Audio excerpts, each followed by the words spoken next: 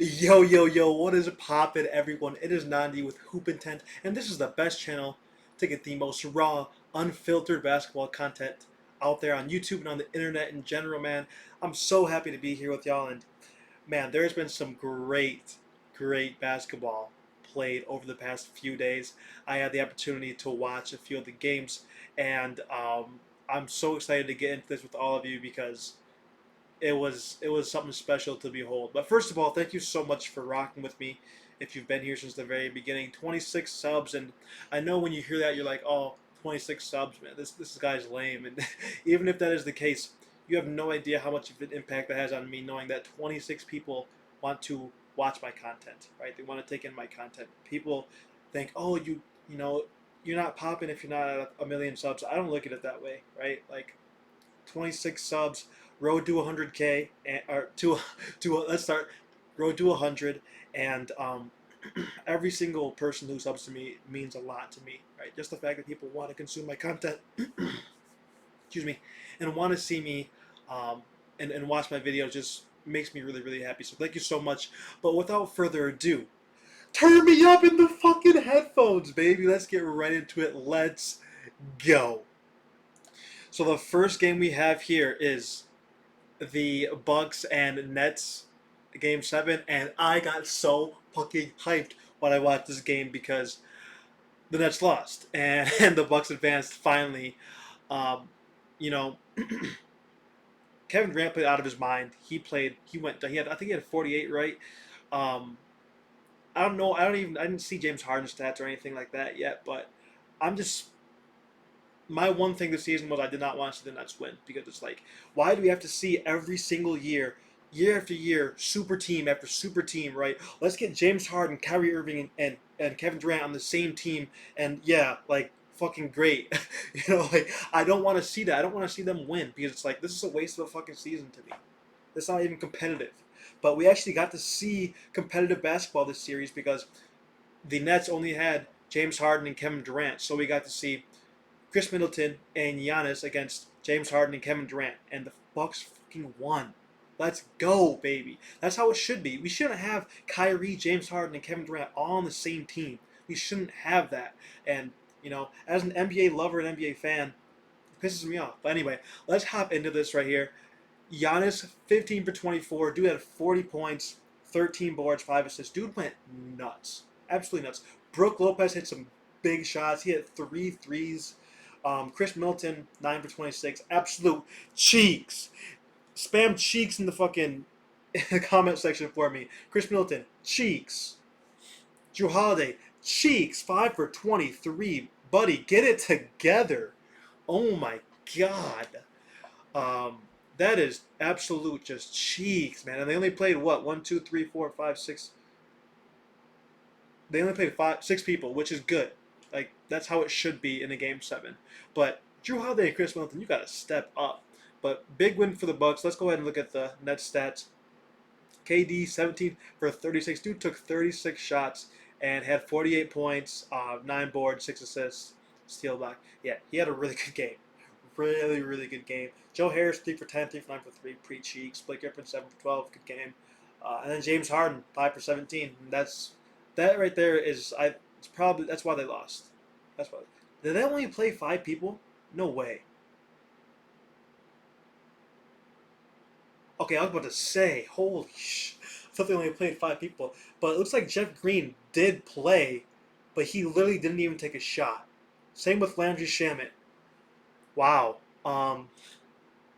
Wow, that's pretty crazy. But great game. I watched the end of it. I was actually out at a bar and I was watching the end of it while I was drunk. So, that's great. But it was such a good ending. Such a good ending. Let's move on to my personal favorite game to watch out of these 3, which is the Hawks versus the Sixers.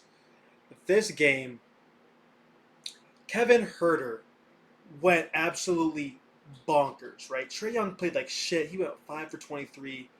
Um, yeah, I mean, Trae Young played like dog shit. But one thing I do want to say about Trae Young, I watched Game 6 between these 2 teams, and he is fun to watch. It's literally a high pick and roll with Clint Capella. He rolls, and it's like he gets into the lane, and it's a nice little touch floater. It's a it's a lob. He steps back and hits threes. He dots people in the corner. The dude is really fucking good at basketball. Trae Young's really good. Obviously, this game didn't show that, but he's really good. Like again, Kevin Herter, 27 points. Then my guy Gallo's my dude. Dude went 6 for 13, hit some big threes. Which is a really great game for the Hawks. And then we get to oh, then we get to the Sixers. And I know if you know who I am, if you've been rocking with me so far, you know the first person I'm about to get to right now. I'll give you 2 seconds to guess. Turn me up in the headphones real quick. Ben Simmons, I'm on your ass. Because, oh my God.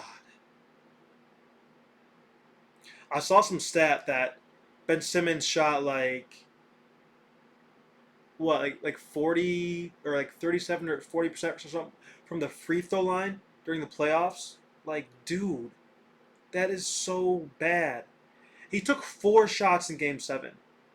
4 shots. And the crazy part is, he just seems to be okay with that. When he's playing, it just looks like he's okay with just not shooting. Like, he knows he can score. I'm just not going to shoot. I'm going to pass every fucking time. Dude, like, I don't know. I don't know anymore. I feel like he doesn't care about getting his jump shot right. And, it is kind of unfair because he plays really, really good fucking defense, dude. Like, dude's an absolute defensive player of the year candidate. So he plays his ass off, but he needs to understand that he needs a jump shot in order for them to win. He just needs to know that. And Doc Rivers, again, wants to play it off, and we want to act like Joel Embiid is the only person who needs to play well. Seth Curry played out of his mind. Like, let's look at these stats. Ben Simmons, 2 for 4 from the field, 1 for 2 from the free throw line, 13 assists, 8 boards. Dude, he passes the ball a lot. He gets assists. We get it. But he doesn't score. Seth Curry, 6 for 10 from 3, 3 for 5, or I'm sorry, 6 for 10 from the field, 3 for 5 from 3, 16 points, right? The game before, he had like 39 in Game 6. He's really good. I think it's time for us to start accepting that he's just as good, if not a better shooter than his brother. And I mean that. Not a better player. Don't get him mixed up. He's a really good shooter. Like, dude is the elite. Joel Embiid, 31 points, 10 boards, 3, nothing to say there. 8 turnovers. That's pretty cheeks, but yeah. Tobias Harris, 8 for 24, rip to the GOAT. Rest in peace, Kobe. But yeah, 14 boards, whatever. I mean, cool. 24 points. Yeah. But it comes down to Ben Simmons for me. I'm so tired of every year it's the same bullshit. And I love Ben Simmons. Since he came into the league, he's been one of my favorite players. But that's why I'm getting on him so much, because he needs to fucking step up. But all right. Anyway, on to the next, the Clippers versus Suns. Now this game was hyped as fuck. I was watching the highlights of this game, and Paul George shot 10 for 26, but Paul George was going nuts. He was going absolute bonkers, just 3 after 3 after 3, step back after step back, boom, boom, boom. I was like, bro, this dude's going crazy. He had 34. Reggie Jackson had 24. But if Reggie's your second highest scorer, you're not going to do shit. And Boogie, DeMarcus Cousins had a ridiculous poster. I got hyped. I was on the treadmill at the gym watching it, and I hopped off the treadmill after he just boomed on someone. He just boomed someone. It was, you got to go watch that if you haven't. Unfortunately, I can't show it because of copyright issues, but it was nice. Luke Kennard, decent game. Marcus Morris, decent game. But let's be honest, the real story of the night, right here. This dude, Devin Booker. Turn me up, coach! It's time we start putting respect in this dude's name. I mean, I was watching this dude. It was 3 dribbles into the paint, pull up jump shot, little 15-foot jump shot, pull up to the corner, fade away midi, pull up 3, spot up 3, finding open teammates, playing defense. Dude he's really good. He's really good. He could get his shot from anywhere. He's elite as fuck. I don't even know what else to say. Let's just take a look at these stats. So, first of all, Devin Booker, 15 for 29, 7 for 7 from the free throw line, 13 boards, 11 assists, 40 points. A 40-point triple-double. DeAndre Ayton, 10 for 14, 9 boards, 2 assists, 20 points. That's what I want to see out of him. DeAndre Ayton is elite. Yes, I said that. He is elite.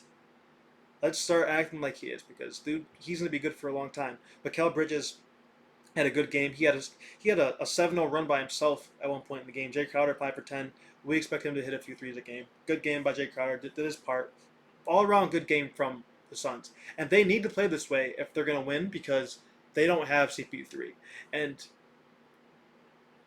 the Clippers are a more all-around team than the Suns. The Suns have good pieces, but in terms of like people who are certified in the league, who have really made a name for themselves in the league, the Clippers have more players than the Suns do in that category, in that department.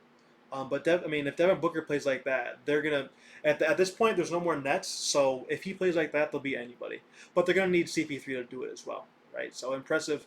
Um, it's going to be intriguing to see what's going to happen when CP3 comes back and if Kawhi comes back. I heard that he might have torn his ACL. That's really shitty. I hope he didn't. I hope he's okay, and I hope that he can play.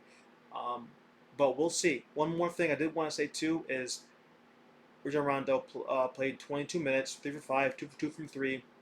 Had 8 points, 7 assists, 3 boards, 1 steal. He makes a big difference when he's in the game. He had 7 assists and no turnovers. Like I said, playoff Rondo is a real deal.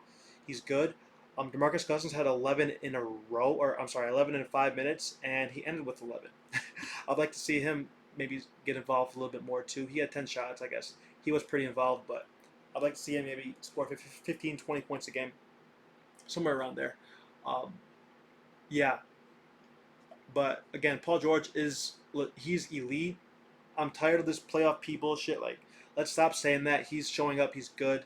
He's an elite player. But the story of the night was Devin Booker. Dude just went absolutely bonkers. And if he plays like that with CP3 coming back, it's wraps. They're gonna win the championship if they're playing like that. Um, so yeah. So hey, if you made it this far in the video, thank you so much for rocking with me. I appreciate all of you. Like, share, comment, subscribe if you are new. Again, I appreciate each and every single subscriber, and please let me know down in the comment section what you'd like to see from me, right? React to any basketball news, any 2K content that you want to see. Again, that's coming out soon, so let me know what you want to see there. And the comment question of the day is, who's a better player on the Suns? Devin Booker or CP3? Actually, not who's better, who's more important to their success? And I think that's a really interesting question.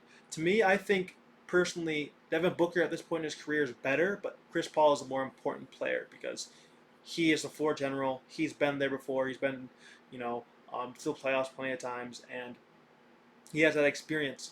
And he is the leader of that team, right? He's one that they all look up to. So I think it's CP3. Let me know down in the comment section. And again, any ideas that you have for me, any 2K content that you want to see, let me know.